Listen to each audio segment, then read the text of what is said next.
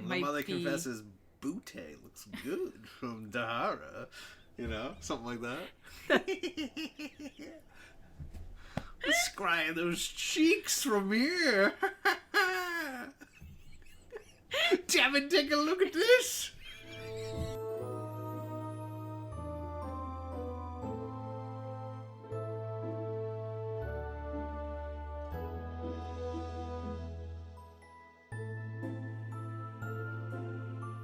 Hello and welcome back to Seeker and Confessor, a Sword of Truth podcast. My name's Lauren. And I'm Frank. And today we are going to be discussing chapter 23 of 2-3 Wizard's First Rule by Terry Goodkind. That's right, baby.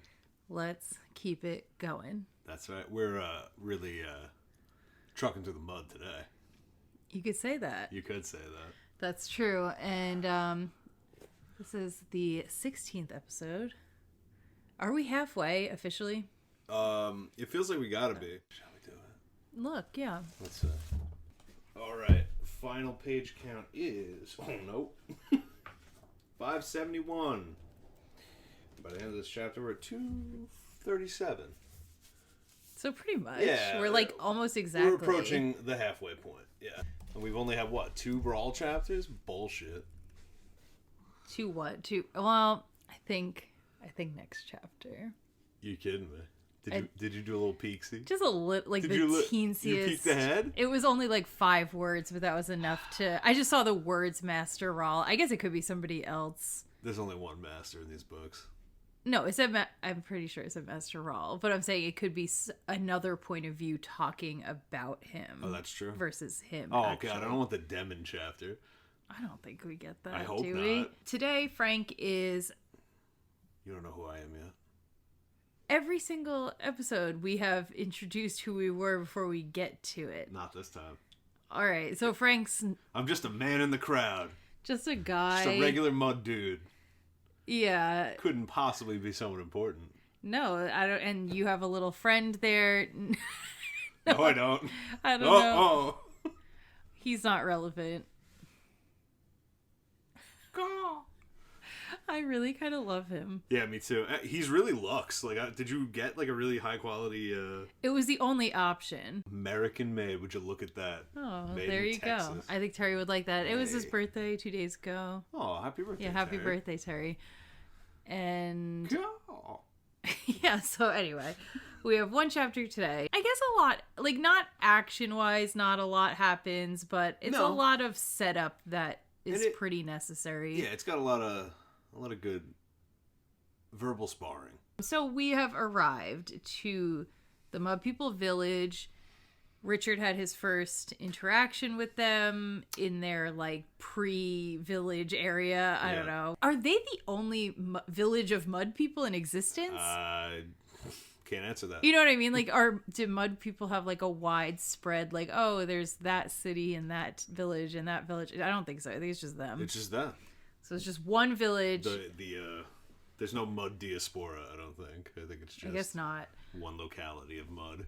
So they walk into the village to much fanfare. Yep. The village is mostly made of mud brick buildings with grass roofs that they can replace when they get wet. Plot relevant for later on. Wait, you telling me the first paragraph there's something that Richard's going to figure out? Yes. Holy shit. And they have no glass. What a change. No glass in the windows, just cloth, whatever. It's mostly family homes, and then there's a bunch of communal buildings.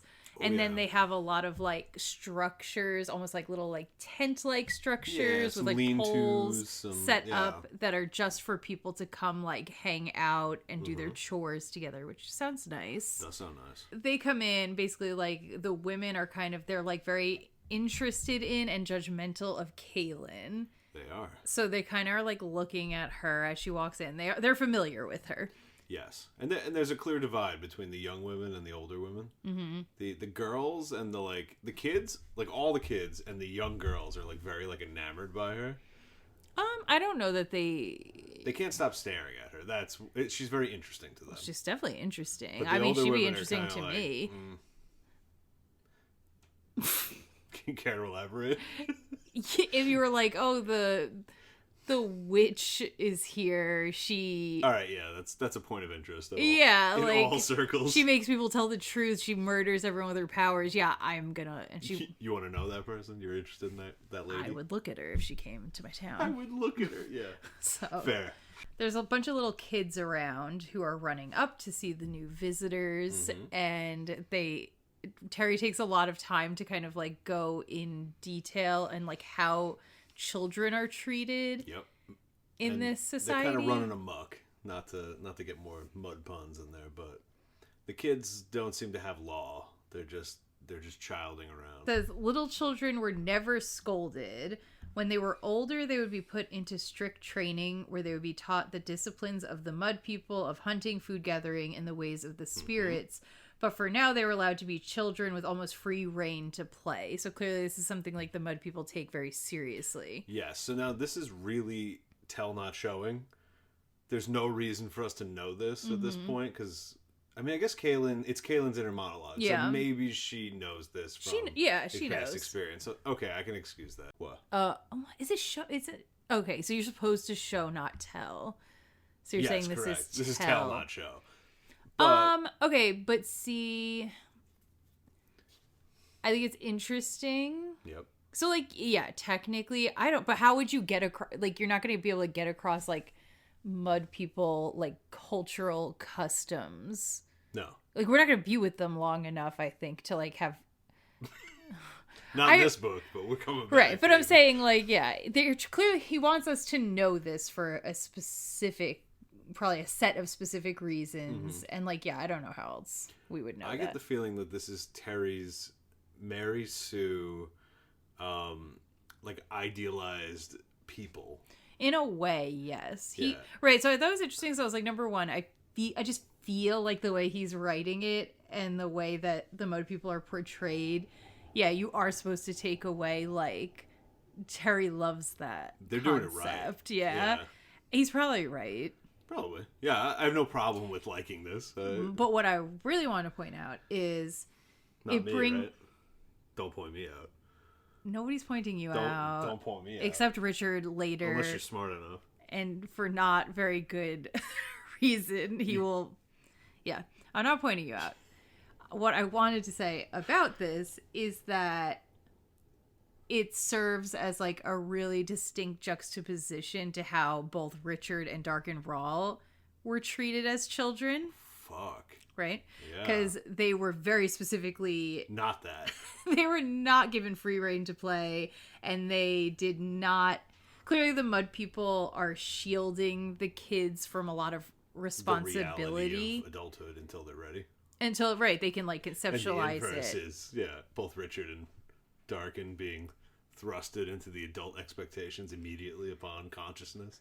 Yeah, although I don't remember exactly what age we said that Richard... Young. I feel like he was like 10. Yeah, I don't know, because clearly we're not necessarily supposed to be like, oh, what happened to Richard was so devastating that he, like, cannot be a normal human. In fact, he's the best. So maybe he's not saying... He's the best. This is right, that's wrong. Sword. I don't know. It's his story.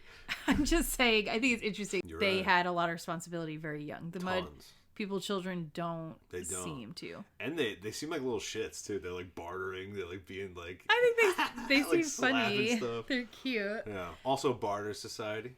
Yes. They don't exchange cash money. Yeah, Cynthia talked about this in the comments, that the mud people made her want to live in a society where bartering was more of a thing, which I understand. Listen, it does sound cool. These are dreams. These are good dreams. Yeah, and she also, I'm pretty sure it was her, we were kind of saying that we think it is the second book where I probably had mud people fatigue. Oh, yeah. Not this one. We spend a lot more time with the mud people at some point. It can't possibly be that long if we're halfway through and we still got to finish oh my god, we talked about a cloud for 12 pages. Don't doubt Terry. We have so much to do, though. So much to go through. You're right. And I think it's gonna pick... She just means Mord Sith, guys. She just means we got a lot of Mord Sith to go through. I gotta meet the dragon. I gotta meet Queen Melina. I gotta defeat Dark and Rawl. I need to get tortured by Mord Sith. Yeah. We got to learn the rules. We got no wizard rules already. We're going to have to do the game of the boxes. The children are dancing about, and that's literally a quote. I didn't just say that. They be dancing. And it was the most exciting thing that happened in their young lives. Something very much out of the ordinary with a distinct tinge of danger, which I like. I like that too. Fair. Clearly they're getting coddled to an extent where they're like, just let them be kids. But it's also like, kids are attracted to like...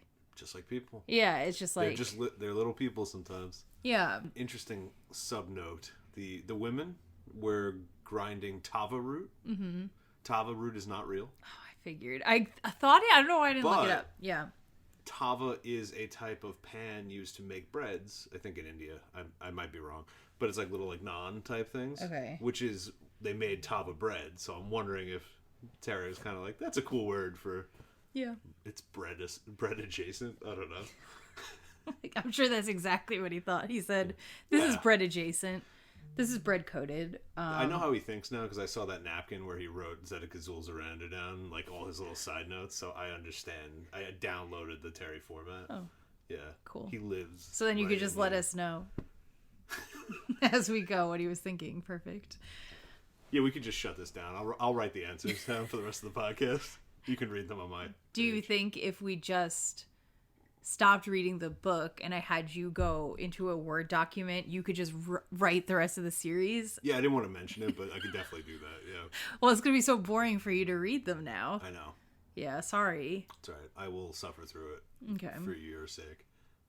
Thanks. Yeah. 6 elders are waiting for them, like, up the path, and they all look very, like, grim and serious. Mm-hmm.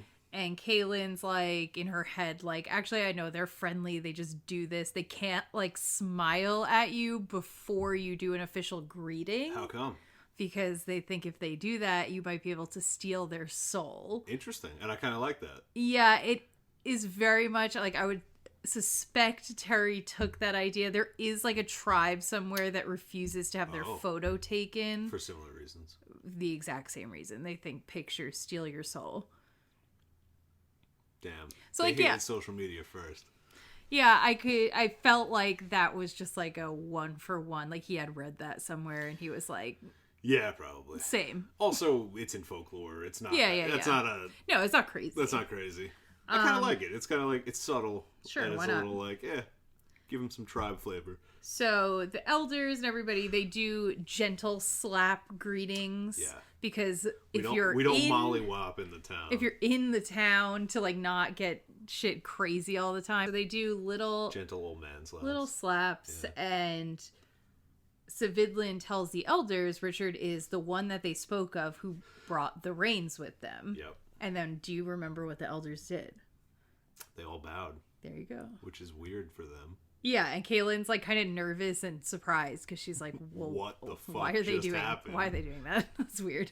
Although I would assume, I feel like if I were Kahlan, that they were doing it because he's the Seeker. Well, she does wonder that, but she's not sure because she's never been here with a Seeker. So yeah, it makes sense for her to be like, this is odd. Yeah, definitely it's odd. Well, because I think they give her a certain level of respect because they're afraid of her, like she said. But they don't show her respect like that. No. So I think she's like, this is a new level. So maybe they like the Seeker. Well, maybe they do. Maybe they don't. By the end of the chapter, I guess. But they like that rain. You know why? Why? Because they had a drought. Right, which, I guess I figured that was coming. I feel like that's such a trope. You know how shit that would have been? If Richard and Kahlan pulled up to this village called the Mud People Village and there's no mud because it's all dusty. Richard would have had something to say about it. Well, they do say that in the summer it is very dusty. I know. Right, but they're mud people despite the fact that sometimes it's just dust. I understand. That's their name. Right. But if you go to... It's like going to Niagara Falls and it's You're just saying as a tourist? Yeah! You just want to see the mud. This is the first time he's in the Midlands and he's just like, I go to the mud people and they're dry. Sometimes it's like that. I can't schluck in the mud people town. He got, luckily... He can't get his galoshes stuck in the mud city square. When you look it up on TripAdvisor, that's the number one recommendation. Get your boots stuck in Avoid July and August. You can't schluck your Galoshes in the muck. They sit with the elders and they eat. Yes, they do. This little bread, these little tortilla pita bread rolls, I don't know, with roasted peppers. Didn't it sound good? Sounds fire, honestly. What's up with the food? The food's great. Every single like food mention that has happened so far, I'm like, I want that. Even the fucking cheese at Michael's house. I was like, I want. We got cheese at Michael's house. The cheese at Michael's house.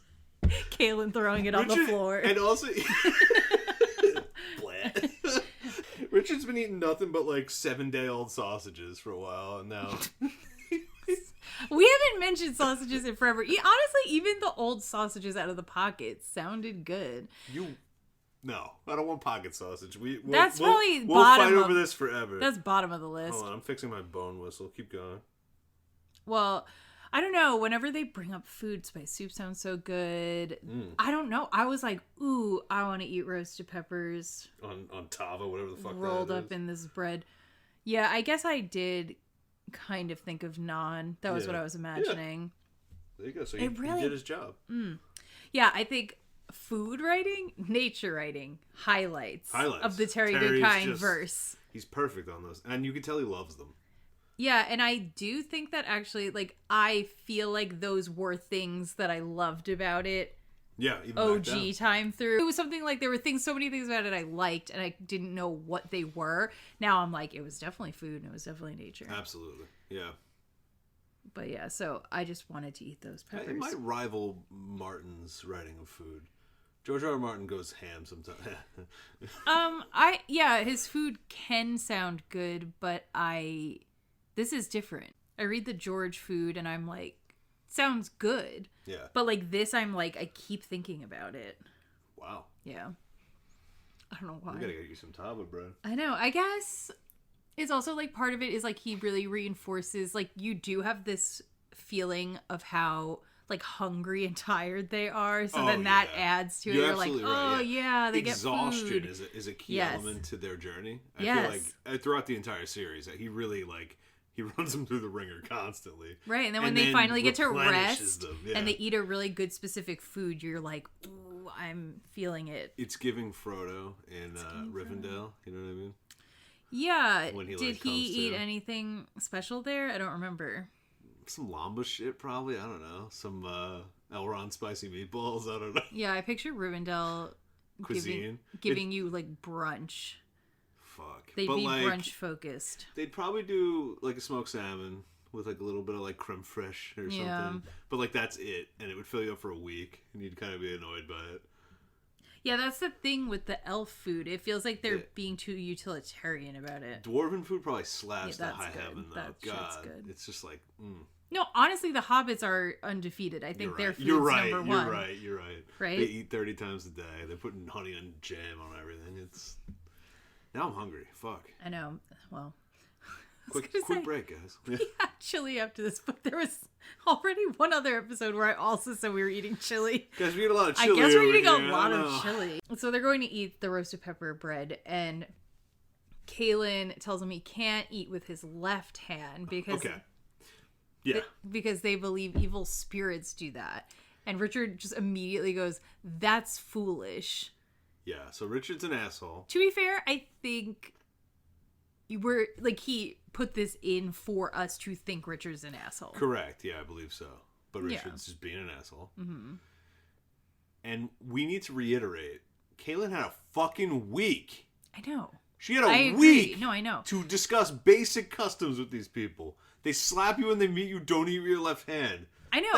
And she kind of says it like he's being a dumbass. Richard, no! He's being stupid when he's like, that's foolish. But she like says it as if like he's doing something wrong, like he should know. And it's like, this girl's like basically a diplomat. Why don't you know how to like coach someone a little bit? Yeah, I just don't get it. I don't get it. He agrees. He agrees to not eat with his right hand. Yeah. Despite the fact that he thinks... It's because he normally would have, but he was holding the sword hilt in preparation. And that's why he was like, well, I'll eat with my left hand. Okay, that's like, you can't. So maybe that's why, actually. Maybe, I hadn't considered that. Oh, me neither. Yeah, maybe they're like, most people are right-handed, and when you're eating, you're vulnerable. So I never want to see somebody eating with their left hand, because it means you're thinking about there's a good chance, or you want to fight, or I think that probably is the origin of it, actually. That's not bad. Right? They all thank Kahlan for bringing Richard to them.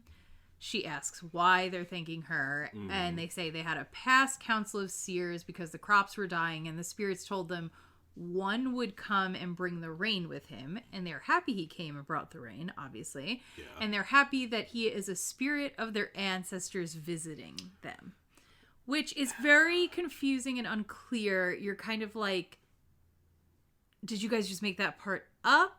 We don't know. Did the spirit specifically say this is going to be an ancestor? Why? Where did we bring... Did the ancestors send him? Yeah, exactly. I know. Is he literally a spirit? Is he literally an ancestor spirit? Is he... Well, they say he's a spirit man. A spirit man could mean he is literally a man who is a spirit, or it could mean that he is a man who the spirits gave power or sent. Like, and they're not...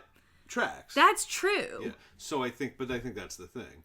I feel like this is intentionally weird because it's kind of playing with the truth versus not within religion and within spirituality, like that kind of more just how words and meanings and groups of people and different individuals are sort of going to be using the truth of the words differently. I agree. So when they think spirit man, some of them might be thinking that means he's a spirit. Whereas some people might be thinking no, the spirit sent a man. I don't know. How everything just starts getting lost in translation. I agree. And I think, that's probably the commentary Terry was working on, trying to be I think it's a little, just a little sprinkle of it. A little sprinkle, yeah. There's multi-layers to the truth. So Kahlan relays this to Richard. And we get my favorite line of the entire chapter. Okay, I have no idea what it is. Kahlan says they think you're a spirit. They think you're a spirit sent by their ancestors, and he says, "Well, I'm not." I literally fucking burst out laughing. I'm like, that is the funniest shit. It's pretty funny. Well, Richard's I'm not. Highly literal. It's so fucking funny.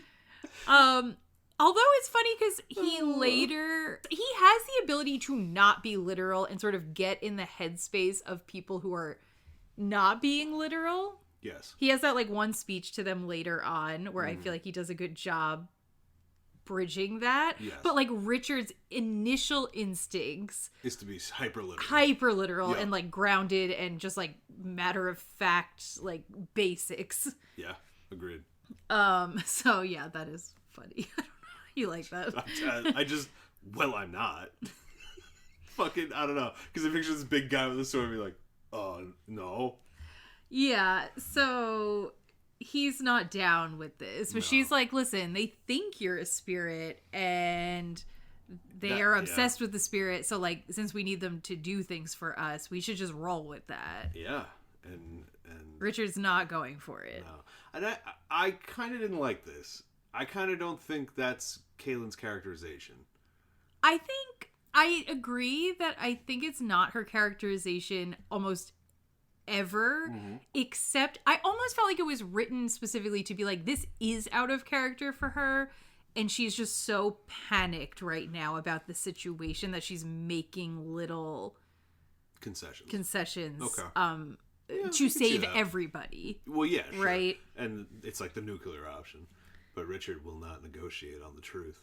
And he's right not to, in this regard. Well, but it's interesting because there's kind of the two-pronged thing going on there. Where he's first of all, no, because it's wrong to lie to them about something they think is so important, which is true. Yeah. But then he's also okay, but also, if I lie and I ask them to call the council to talk to the spirits might be this is not...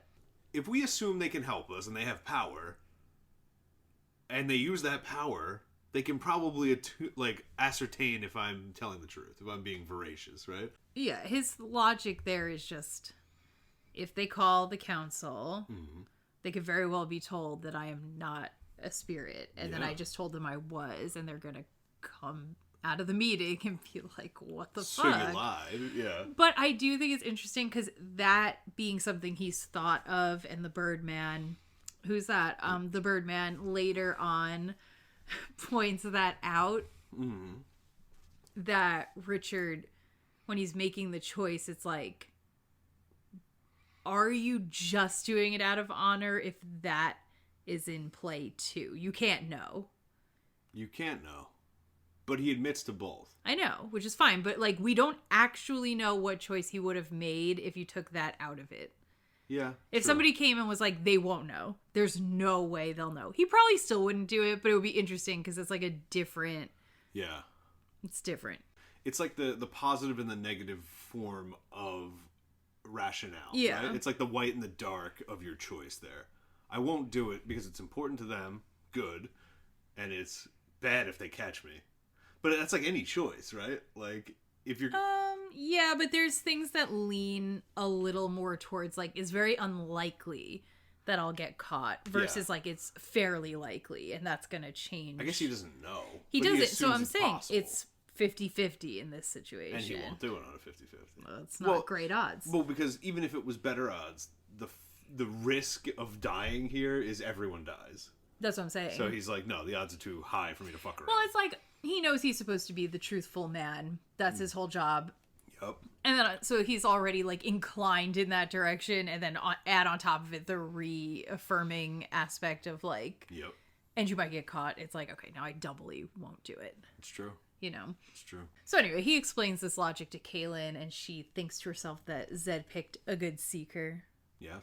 She did. Yeah, I got this sense because some part of me questioned, like, well, wouldn't Kahlan have also thought about that? I feel like she's intelligent enough to come to a similar conclusion. But I do feel like, I don't know, something about the way she's written in this chapter, I allowed for a lot of that because I just got the sense that she's really on edge and she's very, like, just wants this to work. And even the way she's reacting to the mud people, like when they kneel to Richard, she's constantly like jumping. Every single thing they do, she's like, oh my god, I think this is really bad. Oh my god, I think it's really bad. And it keeps ending up not bad. But the fact that she can't seem to see that sometimes it's positive made me think she's just like in a weird headspace. That's fair. I didn't pick up on that, but I that makes sense. Yeah, and like a headspace that is reasonable. You're like, yeah. I mean, the stakes are the sky right now. Right. Like everything go bye-bye.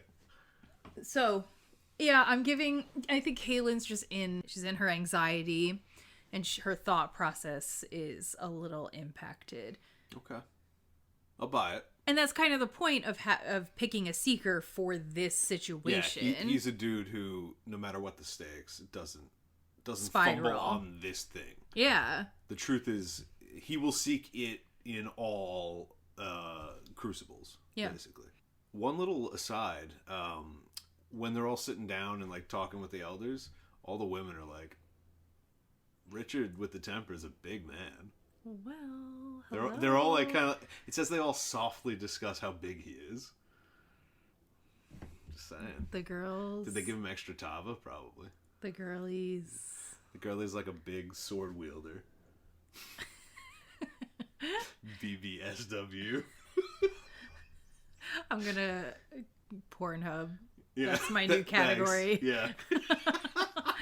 Honestly, let's see more of that. That's the change we want to see in the world. That is literally everybody would benefit if we started making fantasy based, like, oh my god, can you imagine? Porn categories? You have something on your eyelash. It's probably beautiful hair. I think it's gone. Okay. Also, everybody, Frank doesn't have his glasses on. Woo! Yeah. No more weird glare. Hey, no glare I got on the contacts glasses. for this. He was so mad about the glare. You do look better. I look so much better. Like, you don't look better in general. I just mean, like, on I might. on the podcast, you look better. You really look like a founding father. I'm a founder of something. It's giving Hamilton. So Richard gives his big speech here. And this is what I was talking about before when I said that I thought that he did a good job sort of existing in that, like, since he is so literal, this speech, though, shows he has the ability to think not super literally. Yeah. I did have an interesting moment that we could talk about in the speech. But do you want to read it, or do you? I guess. Do you want me to read it? Like, I don't know. In my Richard voice. Do you want to? I could. All right. The mud people are wise and strong. That is why I have come here. Your ancestor spirits were right that I would bring the rains. But they have not told you everything. As you know, that is the way of spirits. They have left it to your wisdom to find the rest of the truth. In this way, you remain strong, as your children become strong because you guide them, not because you provide them their every want. It is the hope of every parent that their children will become strong and wise to think for themselves. Okay. Good job. Thank you. So. Awesome. So, okay. We're bringing back, we have the parent-child theme present again. It's interesting. It like appeals to their values in a myriad of ways, right? Yes. So it's appealing to the fact that they are very wise, and Richard is respecting that by saying, oh, you're wise, the spirits think you're wise and they want you to figure this out. It's clearly appealing to the fact that they obviously are very like family based, the community, and have this strong bonds with the kids. Like, I don't know, I just feel like it's interesting, he's being a little Michael. I didn't, until I read it just now, I didn't think that, but a little, and Michael's wisdom actually comes back. I know, he brings it up. So it's interesting. Yeah, this speech is very Michael. It's a bit manipulative, and it's not great because I think it's good. It's fine, but no, I think like their reaction to it is mixed. And that they was don't the funniest fall part. for it. No, they don't. I don't think the mud people totally fell for it. No. I don't think it's a bad speech. It's not manipulative where you're like, there's something about it that Richard doesn't also agree with or believe, right? Agreed. With Michael, I don't know. I'd have to go back and reread that. Was there anything in there? Yeah, I feel like the whole thing. You just didn't. Manipulation. I don't know, but maybe that's what you become when you become a career politician. I feel, though, that whole beginning thing where they gave you a lot of details about how the children are being and raised is to fuel this speech. And why does Richard pick so much up just from walking into this town? I don't know. Why does Richard figure out that the Birdman is the leader? How did he figure out about the snake cloud? And how the clouds attract other clouds? I don't know why Richard picked all of that up. I don't even know if he did. But whatever. I think the theming is there. I'm just picking up on the theme of parents and children and... Yeah. I don't know. It just keeps coming up. It does. I think there's something about this... What the fuck's Richard's dad's name again? It's not Carl. No, it's the boy. George? George? Richard doesn't feel manipulative saying it because he agrees with all of it. And also, I almost feel like there is a little bit of like an emotional element to it of like how he thinks George would feel about him in this role. That's fair. Right? Yeah. Yeah, there is a lot of back and forth after this speech with them. Yeah. Where there's lots of like questions of like, well, how do we know you're good? How do we know you're not bad? How do we know Dark and Raw's not good? How do we know Dark and Raw? And then the mud people are kind of like, we're not really that worried about Dark and Raw because like his missionary didn't seem that powerful. And Richard's like, you're getting lulled into overconfidence. Don't do that. And then he very specifically says that he is not a spirit. And they like, I guess they seem disappointed, right? Yeah, they're a little upset. That, yeah. Okay. Then something happens. One of the guys says, if what you say is true, then the one called Rawl sent the rain. So this is where the cloud magic comes into play. Because technically, Dark and Rawl is the one who made the cloud, put it on Richard. So really, he's the one who sent the cloud in the first place, even though Richard was the one who brought. But again, it is that truth thing where you're like, what is the truth? What is the truth? The truth is literally that Dark and Rawl made... But if you think that follows Richard, yeah, we know. Look, you're doing it now. You're doing it. Well, the only reason there's rain is because Zed countered the cloud with other clouds. Correct? was the original cloud not raining? It was just a cloud. It was a tracker cloud. Right, but I guess they're just going to be like, oh, but you wouldn't have put the rainy clouds on if not for the tracker cloud. Whatever. Yeah, but I get it. Okay. With the rain.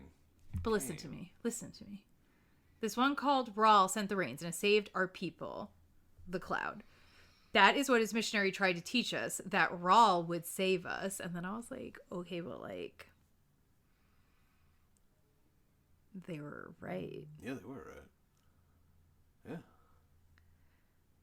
But like, they were right. In a way, Rawl did. Rawl is coming to save them. Oh, fuck. That's what I'm saying. No, like bigger. Yeah. Like the one, like, I'm like, okay, so why does the missionary know? He's like prophesizing, it's not a word. Yeah. Prophesying. Prophesizing. Properly. Correct. But he wasn't. Because it is very specific. It doesn't say dark. They never say dark and Rawl when they're talking about this part. They just keep saying the man named Rawl will come and do X, Y, Z. And all of these things are true of Richard. They are. He's the man. He's the man. He's not the man called Rawl, not yet. But he will be. He is the man. He is the man named Rawl. I don't know. Does it say called or named? I don't know. I don't remember. It says called. That's like, it's a colloquialism, you know? It is. We don't know what the did Kahlan translate this correctly? Yeah, I don't know. Anyway, I think it's like a cute like wink. I agree. Yeah. Yeah, but every time I read the word cloud, Joker mode just starts increasing in my brain. I'm just gonna light this book on fire at some point. I think we're like at the point where I have PTSD. Yeah, you're right. Like my brain is breaking. I think we're at the point where like why he was doing that is happening. Yeah. Having approached that point, it didn't explain it for me. I still didn't need it, but it's not like I got here and I was like, oh, good thing he did that. I think it would have been fine. But anyway, I don't think we're gonna keep. I don't know. Are the clouds following Richard for like a long time? They dispel it at some point, like it's nothing. I don't know. Is that like the last scene? They dispel the clouds and a big rainbow shows up. Yeah, and then it's 7 pages of Zed explaining what he did and like how the spell wanted to persist and attract more clouds. And then they fuck on the wizard rock. I don't know. Under the rainbow. Mm-hmm. So anyway, they keep going back and forth. Richard says, like, at the end of the day, I like Richard is kind of like, I can't, like, prove anything to you. Yeah. Use your wisdom, figure it out. And yeah, fucking you figure it out. And, like, and then he's like, I do, though, want you to call a council. Yes. And they're like, nope, because we don't do that for you. For outsiders. Specifically. Nah. We're not doing that. They said, no. No. So then Richard's like, okay, well, fine, but just like, don't say 100%. You don't have to say yes, but don't say 100% no. Just think about it. Just give me a minute. Just give me some time. Just chill. And then something very weird happens. What happens? Do you remember? No. Did you write this down? Mm-hmm. When they're like talking about this? I don't remember. Kahlan's. Oh, yeah. I definitely wrote this down. Yeah, it seems important. Mm-hmm. So, yeah, he's like, okay, just take your time. Just think about it, whatever. And then while Richard is saying this to them, Kahlan suddenly has the cold feeling that Richard was not talking to the elders. He was speaking to someone else. She suddenly felt the eyes of that other on her. And then we just move fucking past it. We don't bring it up again. She never talks about it with Richard. That just happens in the middle of this chapter. Yeah, I thought that was weird, but I assumed that they're talking about the Birdman. Oh. Yeah. Because he's speaking to him. Yeah, it's not like Dark and Roll scrying. That's what I thought. Yeah, no. I was like, oh, he sent like a spy rock. Oh, so that's not the thing I wanted to talk about, but okay, yeah. Oh, oh my god. I don't love the Birdman twist. No, me neither. But we're here. Okay, so that's what that means? But then why was it a cold feeling? Like the Birdman seems fine. He is fine, but I think it's like this sensation that like she's being observed and she didn't even realize. It's really giving, like, evil magic. I agree. No, and listen, maybe you're right. We'll see. Maybe next chapter, Dark and Roll's like spinning his cauldron and being like... That's kind of what... Okay, dead ass, that's what I'm imagining. I don't know. It was just described so cryptically that I, like, did not consider it might be... The mother confesses Butte looks good from Dahara. You know? Something like that. Scrying those cheeks from here. Damn it, take a look at this. You know? Wow. You got right into my brain. Yeah. That's what you were, that was just playing in there? Yeah. Okay, then what the hell did you want to say? So they, after the elders walk away, Kahlan and Richard have a little combo. Yeah. And he asks, are you angry with me? To Kahlan. Mm-hmm. And Kahlan says, no. I'm proud of you. And Richard gets a boyish little smile. Richard has a praise kink. This page. Okay, that's what you were excited That's to it. get to? I'm going to check out for the rest of the episode now. Okay. Yeah, I mean, I would counter with, like, who doesn't have a praise kink. I don't believe it. You could say you don't. I don't believe you. And people like to be told. Yeah, everybody likes to. They did a good job. Yeah, who doesn't like that? Anyway. I definitely, I don't know what you said. You said a little boy smile. I definitely was hearing little boner. Like, I just was 100% convinced that's what you were going to say. All right. I mean, yeah, the context of this, all the elders disperse and they invite them to stay as guests and share their food and homes. Is very nice of them. I'm going to burp. I love that one elder, Tofalar, was like, Kahlan, I'm so sorry we didn't have a big feast for you ready. Would you like to have a big feast? And she's like, no, it's okay. And he's like, It says that he said. That happens, though, before... That's early. That's why it happens before Richard officially is like, I'm not a spirit. True. And I couldn't tell. I was like, is Tofalar just sad that he didn't have an excuse to eat tons of food? I think so. I think Tofalar was like, I was like, or was he sad because he was sort of like, I want the spirit to be a big celebration. I don't know. Nah, Tofalar just like snacking on crab cakes and shrimp. That's what I think. When Richard and Kahlan are alone now, when the elders leave, they just left them with the bread and peppers, and they are just chowing down. Yep. So yeah, they have their conversation. I thought Kahlan shoving the food into her mouth and getting up was cute, and I thought it was well written. It was cute. It was very, like, I agree. I could picture. Brushing her. It's kind of like, sometimes do you ever, when you're reading things, I like picture it live action, and then sometimes I picture things anime. Yeah.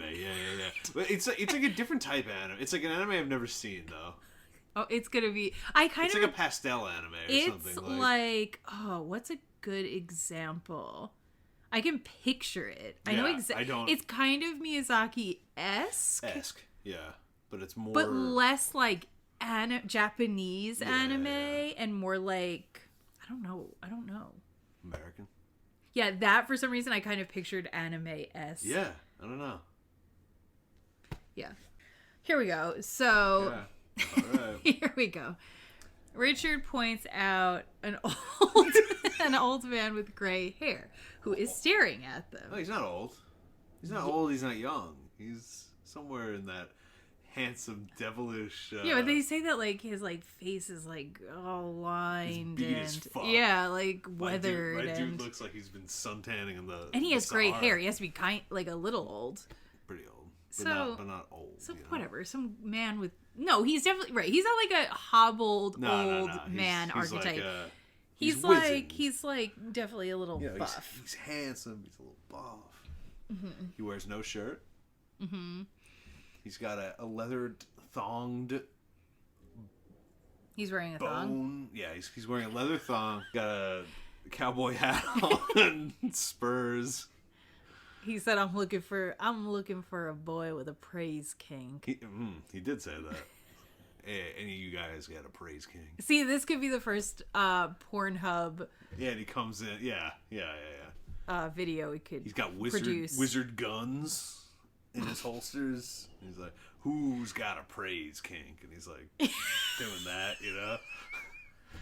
He kicks in the saloon door, mud goes everywhere. All over Richard. He's like, hey, you got a praise kink, boy? At least that's him wiping off all the mud, because there's so much. Oh, man. Yeah. Okay, well, we'll pivot. I'll work on this, though. We'll pivot. This could be a fan fiction. It shouldn't be. It could be. I have never looked. How many do you think there are? That's going to be the whole video. The problem is Legend of the Seeker. There's going to be a lot.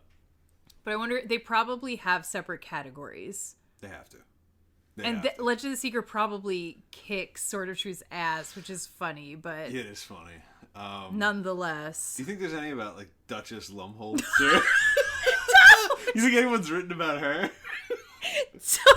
I guarantee there's at least one person out there that's written maybe hundreds of stories about Duchess Lumholtz from Blood of the Fold, I think. Yeah. Is he our shout out of the day? He's not. I have one. But... We are not acknowledging that person. You are. You brought him up. We're leaving him in the ether. He is a ghost. If you are in the Sword of Truth fandom, I feel like some of you have to know what we're talking about. There's just some... It has to be a man.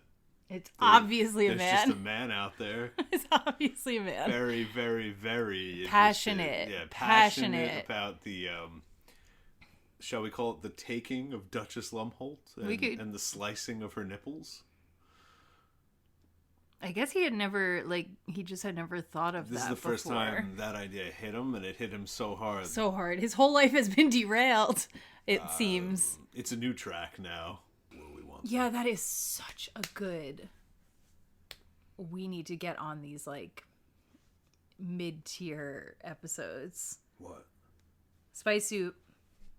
Oh, I know. Sexy List. And then exploring the fan fiction. Yeah. That one will be so... We could do a whole series just on that. Easy. We also got to do me as Richard doing Richard Talk. That's not an episode. That's just a TikTok. That's just going to be comedy. That's all it is. What about my comedy series? What about my comedy series where I'm the star, all right? I want to be the star of my own comedy show, okay? It's going to be so funny. What's your bit? What bits? My soup. I want to be funny, Richard. What bits you have? I'm chopping wood. That's all you got? I'm swinging the sword.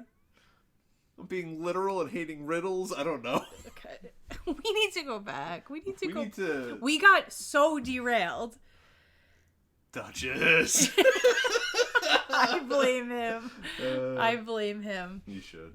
And okay, I need to go. I'm going all the way back. There is Birdman. Richard points him out. He's like, "Look at that guy over there. Look at that guy. Look at that guy." He's like, "What the fuck, me?" No, he's acting like he doesn't even. Yeah, he doesn't notice that they're kicking a rock or something. Mm-hmm. Just, I'm not anyone. What are you looking at me? And Kahlan's like, "Who's that?" Rightfully so. No. Who the fuck's that guy? Yeah. No, I'm lying. Kahlan doesn't. No, she's Richard asks, "Who's that?" Yep. And Kahlan, she knows. She says, "That's the Birdman." That's Birdman. And then she says, all she knows is that he can call birds to him. That's it. Well, the name, everything just... It's giving that one Hey Arnold episode. The pigeon guy? Yeah. Or a woman? Was it a woman? No, it was a guy. No, that's Home Alone 2. Sorry. No, it was a man. The pigeon man. Yeah. Oh, and they're gonna kick him off the roof or something? Yeah. That's until he flies away with all the pigeons. He flies away! Alright, well, Birdman, we don't think he can fly away, not yet. So, okay. Richard drops, he's like, oh, he's such a cool guy in this scene, right? Yeah, he is. He goes, oh, we need to go talk to him because he's the one who's in charge around here. Caitlin's like, Richard, no. The elders are in charge. He's like, nah. Michael told me. My brother said. Yeah. That's what he says. My brother always says that real power is not brokered in public. What? Okay, Wait, to bring it back to Hamilton. the room where it happens. Wait. No, we're not. We can't just keep singing every episode. I don't want to say. It's so nice that some of you have complimented it, but... It's so nice that any of you are still watching it.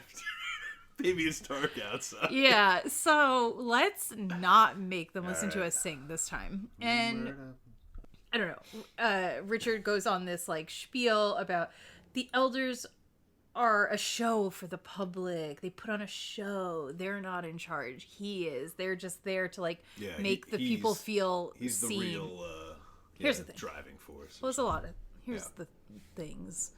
What are the things? Give them. I would buy like Richard suspecting this. I just hate how confident he is like he's so like that's true, and you're like I've seen what you've seen, right? Whatever, like Richard's experience so far with the Mud People minimal, and I was there for all of it. We never cut to black. I saw it all. There was no reason he would be this confident. So here's the thing, right? I know we're from Kahlan's point of view, so we don't know what he was like looking at. No. Maybe this is one of those things that guys do. Oh. Where he is being overconfident in something his brother told him. You know what I mean? Sure, but the overconfidence would be, Michael told me this. I think maybe that's what's happening here, so I suspect. Like, he's not part of him. No, but what I'm saying is the lesson itself was taught to him by Michael, so he has Michael's confidence. You know what I mean? Oh, wow. It's this borrowed thing. People do this. Like, and guys especially. It's like, he's acting like how Michael would act He put on Michael. He's giving Michael right now. And Michael would be a cocky dick walking up and being like, he's in charge. Maybe that's part of it. And Richard has no experience in this realm at all. No, I know. Richard literally has been like a wood-dwelling little freakazoid out there. Well, I know. That was my thought. I'm like, I don't feel like Richard could be this confident because he has no experience in this arena. And I understand Michael does, and Michael clearly, they've spoken at length about this topic. I guess, yeah. So we're finding out. But I don't know. I don't know. The only way I can excuse it is it's Michael's overconfidence coming through Richard in a realm he has no actual experience and just trust his brother too implicitly. That's the only way. To be fair, this chapter is just going to be like, the theme is like Richard showing up somewhere where he should not be the best at something and being the best, which is a little irritating. White savior. It is. Yeah. It's hard though because like you want your hero to save people. Yeah, and be really good at things, right? Because he's the aspirational figure at the helm. Yeah. It's whatever. So Richard is so confident, and then of course he's right. Whatever. He walks over to the Birdman and he says, I want to talk to you if you don't think of me as spirit. And the Birdman says, I have seen spirits before. They do not carry swords. And then they all laugh. Yep. That part's not made up. They do all laugh. They all laugh. It's cute. Like, it's funny. And he takes his bone necklace and he...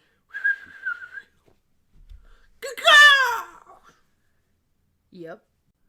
Interesting, though, that he is also wearing a bone necklace. This is a falcon? It's a falcon. I would have thought it was a hawk. Well, it's not. Damn.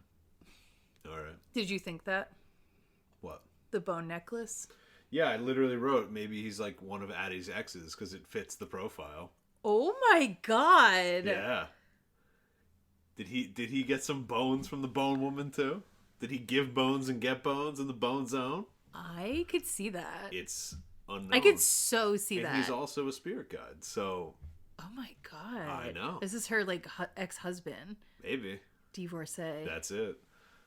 Yeah, I think, okay, canon, they had sex. I'm tired of bones. I want birds. And that's what happened.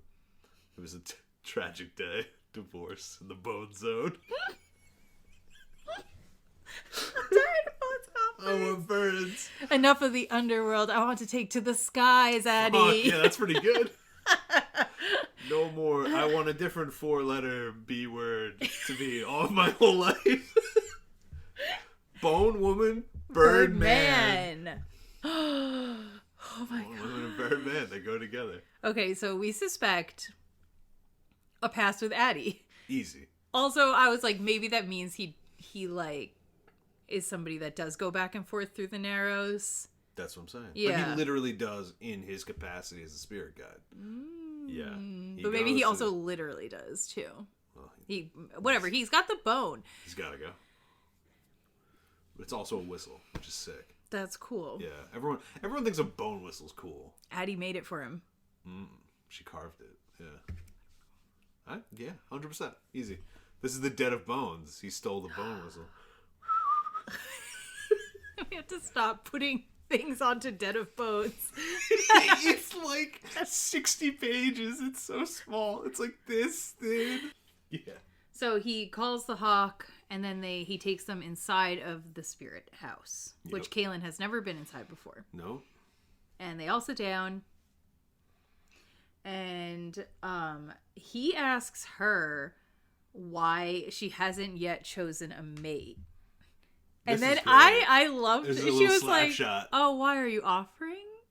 Which, like, I don't know, is funny. Because, and then he apologizes, and it's like, yeah, it is sort of being like, the only not rude reason to bring that up would be if you were inquiring for yourself. Yeah, it's true. Oh, so you were being rude. Oh, okay. Yeah. So you had no reason to you were being ask a bitch? About that? Okay. Why do you want to be a bitch? Because that's what happened. Are you here to be a fucking bitch to my people? It's like, are you here to be my fucking bitch? Because I can do that, and you know it. Answers. Well, she says that later. Yeah. And so then he's like, okay, well, fine. Why don't you have a wizard with you? It's well, right now, I guess, is when she says it. Like, why don't you have a wizard? And then she's like, they're all fucking dead except two. Dead. One is with the queen or whatever. The other one is, in fact, struck down by an underworld beast in a slumber.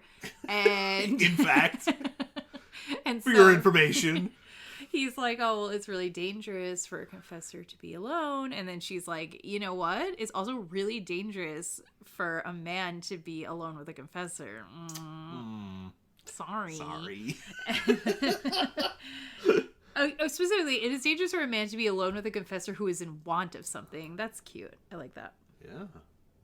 She was like, I'm not normally dangerous, but right now I am. Actually, I am. Yeah. Actually, right now, And so then the Birdman asks if Richard is a true seeker, because apparently somebody came to the Mud People at some point claiming to be a seeker, but was not, who obviously had the sword, but was not officially named a seeker by a wizard. And he was demanding shit. Yeah, and he started killing Mud People. Started cutting them up.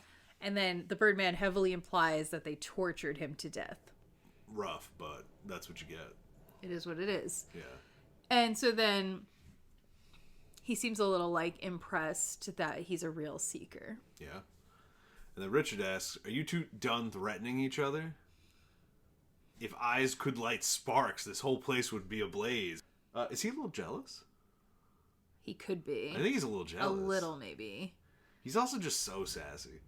The Birdman says, how many of us will you kill if we do not help you? And Richard's like, none. Sure. I won't do that. I wouldn't do that.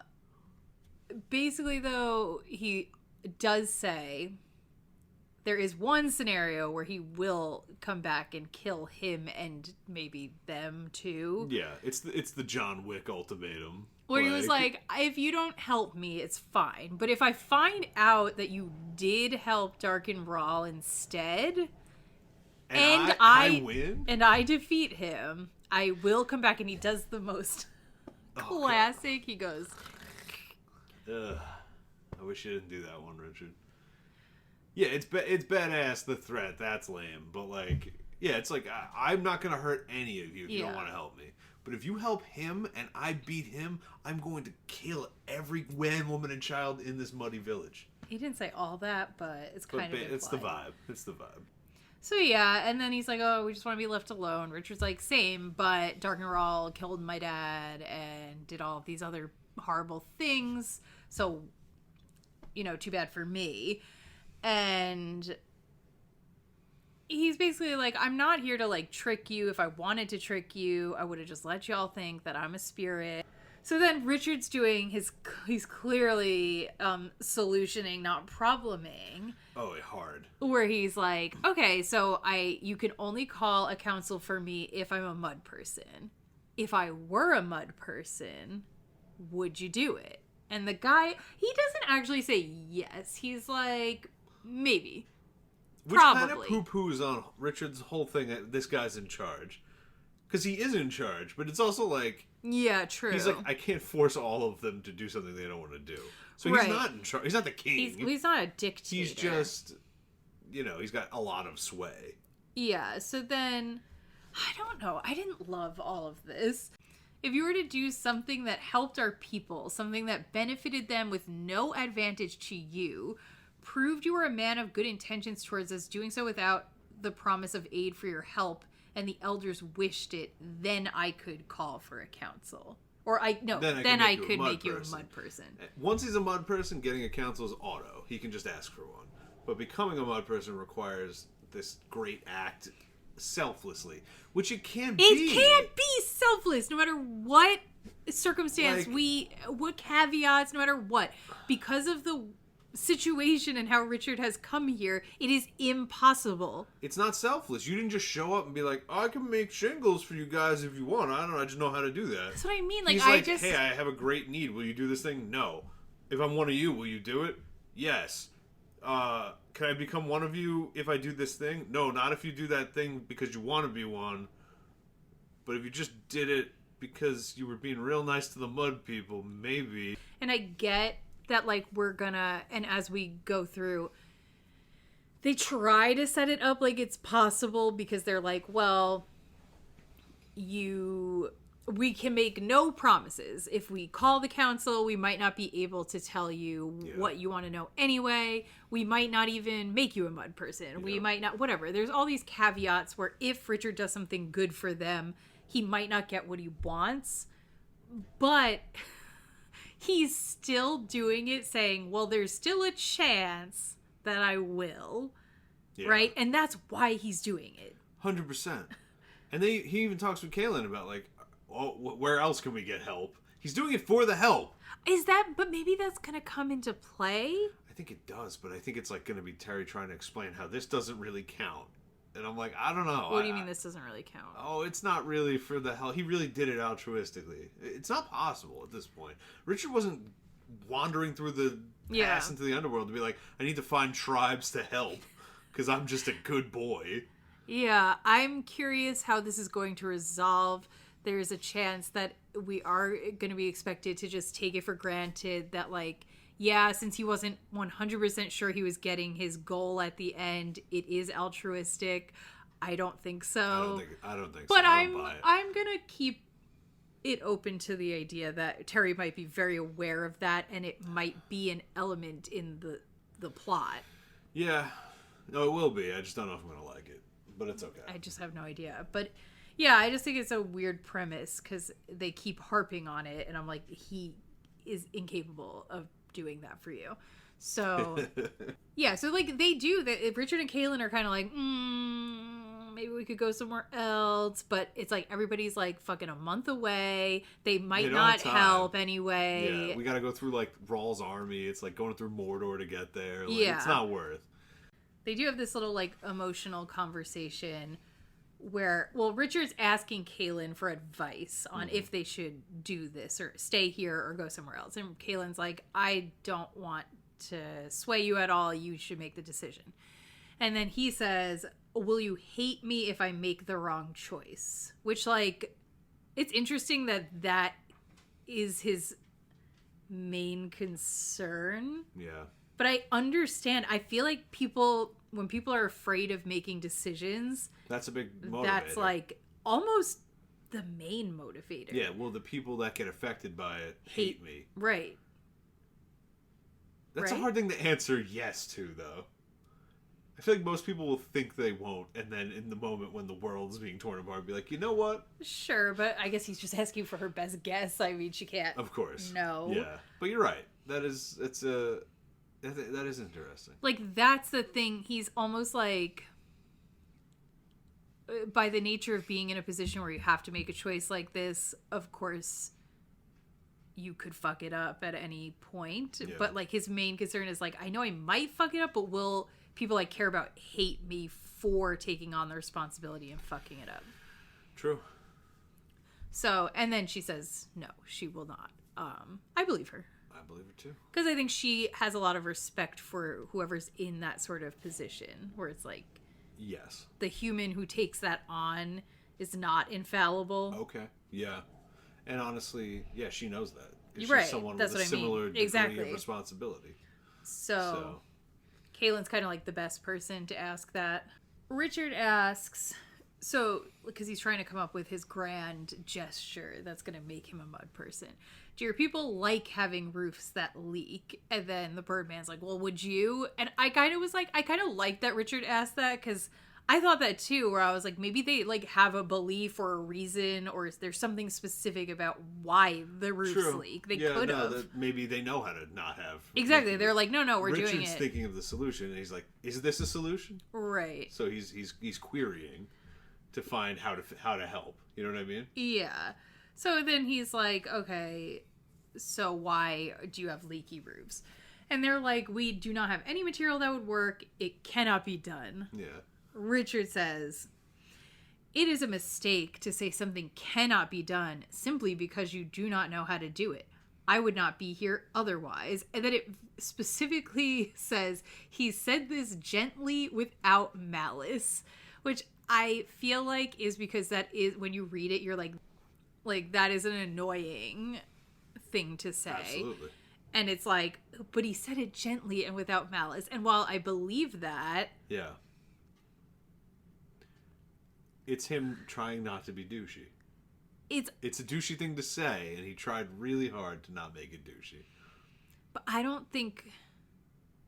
know that we're supposed to think it's douchey. It's douchey. But it is douchey. I know. So I'm like, it just no, I think Terry even knew it was douchey. That's why he couched it so much. The Birdman's like, okay, fine, we would really like that, but I'm not promising that we're going to give you shit after you do it. Necessarily anything. But... and then Richard agrees. Again, I don't know how, like, it's just him taking a fucking gamble. No, this is all kind of like mid for me. Yeah. I don't feel It's the setup. Yeah, I don't know. We'll see where it goes. It feels like, I guess, pacing-wise, like the build-up to getting to the Midlands. We're here. And I don't mind that we're stopping in with the mud people, but then adding in this extra, like, side quest of, like, Richard has to fix roofs is, like, so boring in the face of, like, what we're dealing with. The momentum of his like, you're just like, oh my god, goal, we couldn't like, have figured out just something else that we could have even hung out with the mud people and, like, had tension and this back and forth of figuring it out. And I agree. I don't want to watch him fix roofs. I know, but Terry doesn't give you what you want. He gives you lessons about truth. We're always building things. Yes, we are. Richard the Builder. Kinda. Yeah. So, I don't know. I didn't hate the chapter. I definitely didn't love the chapter. No, it was fine. It was fine. The flavor was nice. The tava looked good. Well, I wanted the peppers. The birds be birding. The man be manning. And I think I remember the spirit situation being kind of cool when it does happen. So, okay, I believe it. So it's a nice setup. Having a spirit meeting that's cool. I just hope it's not, like, really long and drawn out. All the bettering of the homes. You know it will be. Yeah. He's going to talk about how he baked each brick and blah, blah, blah. Yeah, which sometimes can be nice. Like, it can be relaxing. No, I know, but it's the... But not when I'm, like, excited about... Why are we stumbling, like, after we just started building speed? You know what I mean? Yeah. All right. So, my shout-out. Oh. My shout-out of the day. It is not the man obsessed with Duchess Lumholtz. Not you. It is Wacko14505. Wacko. That is his username. Give me the numbers. Wacko14505. 14505. That's his username on Instagram. Perhaps other places as well. I'm not sure. His name is Richard. IRL? IRL, yes. His name is Richard. We have the one and only Richard. Wow. It's Richard Wacko. That's crazy. I don't know. Maybe that's his last name. No idea. I don't know. We're doxing him right now. Okay. I'm giving you the shout out today because you are the one and only person who has taken the time out to review us on Apple Podcasts. Hey. Thank you so much. Thank you. No, seriously, thank you. That's really nice. I'm really bad at, like, I'll always, like, star things, but actually, like, typing out words almost about never. a review. It's never. Like, yeah. I have to be very passionate about people or something before I do that. Agreed. Yeah. So the fact that you wrote something is really kind and nice. And I know you've also commented on Instagram that we make you wonder why you liked the book series. And you which, know what? like, fair. Exactly, though, right? We're all on the same journey. Then. Exactly. I mean, we like it, but we also are like, why do we like it? And do we like it? Like, that's the point. So we're trying to find, how much and where. What do we like? What do we not like? Yeah. And I'm glad that you're there with us. Thanks for taking the trip with us. Exactly. So everybody give Wacko some love. Wacko. And Wacko. That's pretty much it. I'm really gonna focus this week on planning little short episodes that maybe we'll put on our off weeks. What about my comedy show? You can do whatever you need to do. Yeah. Okay, well, Birdman and me. And nobody. And you. We're gonna head out now and eat our chili. Mwah. Bye, Love y'all. guys. Bye.